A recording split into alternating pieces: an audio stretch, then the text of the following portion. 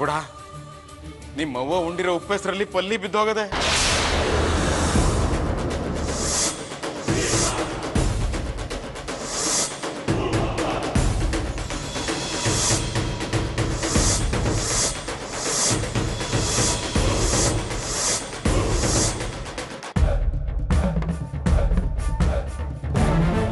ಪಲ್ಲಿ ಬಿದ್ದಿರೋದ್ ಗುಂಡು ಎಷ್ಟೋ ಜನ ಶಿವನ್ ಪದ ಸೇರ್ಕೊಂಡ್ಬಿಟ್ಟವ್ರೆ.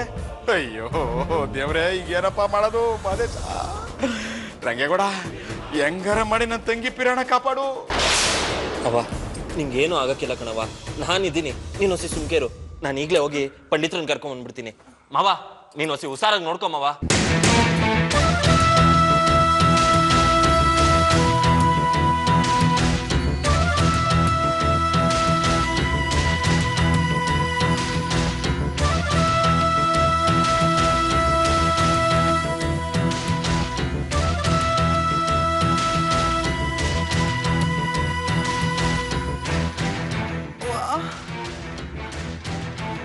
ಐಶ್ವರ್ಯ, ನಂಗೇನು ಆಗಕ್ಕಿಲ್ಲ ಕಣವ. ನೀನು ಕ್ವಾಣೆ ಒಳಕ್ಕೆ ಹೋಗು. ಹೋಗವ.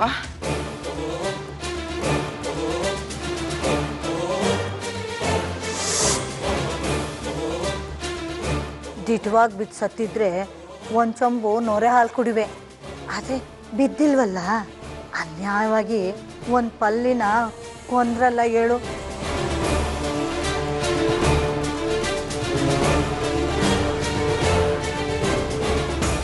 ಕಮಲಿ, ನೀನು ಹೋಗಿ ಮನೆ ಕಳವ.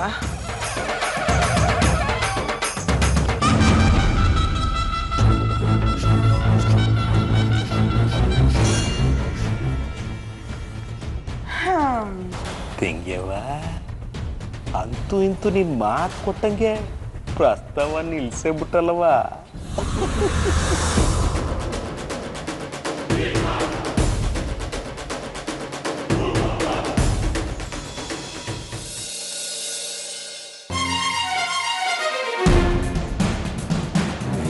ಆದರೆ ನಿಮ್ಮತ್ತೆ ಕಾಂಚನ ಅವಳೆ ನೋಡು, ಅವಳು ಬಣ್ಣ ಬದಲಾಯಿಸೋ ಓಸೋವಳ್ಳಿ ಕಣವ್ವ. ಪಟ್ನಾಗೆ ಎಲ್ಲಿರ್ತಾಳೋ ಹಂಗೆ ಬಣ್ಣ ಬದಲಾಯಿಸ್ಕೊತಾಳೆ. ಇವತ್ತು ಆ ಶಾಸ್ತ್ರ ಮಾಡ್ತಾ ಇರೋದು ಸುಮ್ಕೆಯ, ನಿಮ್ಮಿಬ್ರು ನಮ್ಸಕ್ಕೆ ಅಂತಯ್ಯ ಅಷ್ಟೇ. ಅದು ಅಲ್ಲದೆ ಆ ಕಾಂಚನ ಶಾಸ್ತ್ರ ಮಾಡೋಕ್ಕೆ ಬಿಡಕ್ಕಿಲ್ಲವಾ? ಅದು ಶಾಸ್ತ್ರ ಇರೋದು 11 ಗಂಟೆಗೆ ಕಣವ. ಅಲ್ಲಿ ಗಂಟ ಗಂಡ ಆದವನು ಏನಾದರೂ ತಾಳ್ಮೆ ತಪ್ಪಿದ್ರು ನೀನು ಹೊಸಿ ಸೂಕ್ಷ್ಮವಾಗಿರು. ರಂಗೇಗೌಡ, ಅಳಿಮಯ್ಯ, ನಿಮ್ಮವ್ವ ಹೊಟ್ಟೆ ನೋವು ಅಂತ ಹೊಟ್ಟೆ ಹಿಡ್ಕೊಂಡು ಒತ್ತಾಡ್ತಾಳೆ, ಬಾಗಿಲು ತೆಗಿ.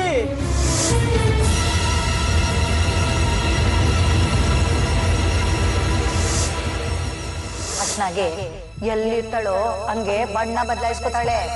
ಅಲ್ಲಿ ಗಂಟ ಗಂಡ ಆದವನು ಏನಾದರೂ ತಾಳ್ಮೆ ತಪ್ಪಿದ್ರು ನೀನು ಹೊಸಿ ಸೂಕ್ಷ್ಮವಾಗಿರು. ಅಂದ್ರೆ ಅವರೆಲ್ಲ ಅಜ್ಜಿ ಹೇಳ್ದಾಗೆ ಬಿಹೇವ್ ಮಾಡ್ತಿದ್ದಾರೆ. ಅಲ್ಲ, ಅದರಿಂದ ಅವ್ರಿಗೇನು ಅನುಕೂಲ? ಯಾಕೆ ಹೀಗೆ ಮಾಡ್ತಿದ್ದಾರೆ?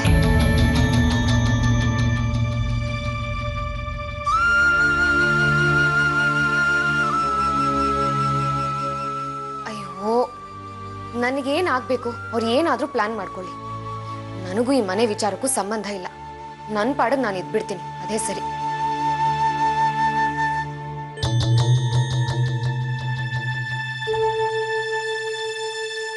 ಏನವ್ವ, ನಾ ಹೇಳಿದ್ದು ದೀಟ ಅನ್ನೋದು ಈಗ ತಿಳಿತೆ ನೋಡವ್ವ. ಹೆಂಗಾರು ಮಾಡಿ ಶಾಸ್ತ್ರವ ನಿಲ್ಲಿಸ್ಬೇಕಿತ್ತು. ಅದಕ್ಕೆಯ ಈಟೆಲ್ಲ ಮಾಡಿದ್ಲು. ಇವಾಗಾದ್ರೂ ಅವಳು ಎಂಥವಳು ಅಂತ ನಿನ್ಗೆ ಅರ್ಥ ಆಯ್ತೇನವ್ವ? ಈಟೆ ಎಲ್ಲ ಹೋಯ್ತಾ ಹೋಯ್ತಾ ನಿಂಗೆ ಎಲ್ಲ ಗೊತ್ತಾಯ್ತದೆ ಬಿಡು.